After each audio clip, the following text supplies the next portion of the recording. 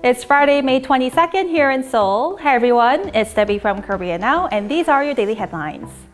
About a month ago, researchers found 3 different strains of the coronavirus spreading around the world as the virus mutates and evolves. Now, South Korean researchers have discovered that the latest outbreak linked to Itaewon nightclubs are actually caused by a different strain of COVID-19 than the one that caused the previous wave of cluster infections across the country.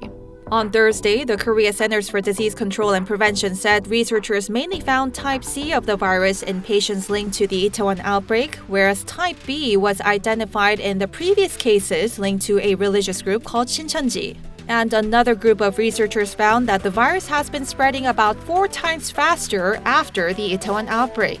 Meanwhile, health authorities have been facing a lot of challenges as the virus continues to spread through people who aren't showing much symptoms in the beginning, especially those linked to Itaewon nightclubs.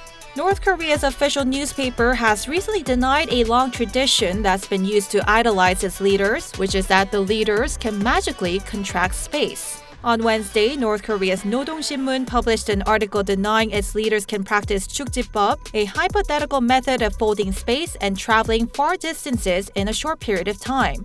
The next day, South Korea's Unification Ministry said this new trend of the North Korean leader rejecting the mystification of its forefathers is noteworthy, and that it appears to stress patriotism and love for the people instead.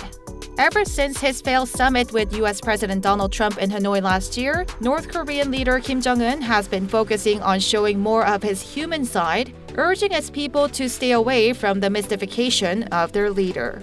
The South Korean government is planning to foster a new industry that's dedicated to the concept of upcycling, which basically means creating high-quality products from recycled materials. And the inspiration behind all of this is a special backpack worn by BTS's RM a few years ago. Back in 2017, RM made headlines after he wore a backpack that's made of upcycled leather.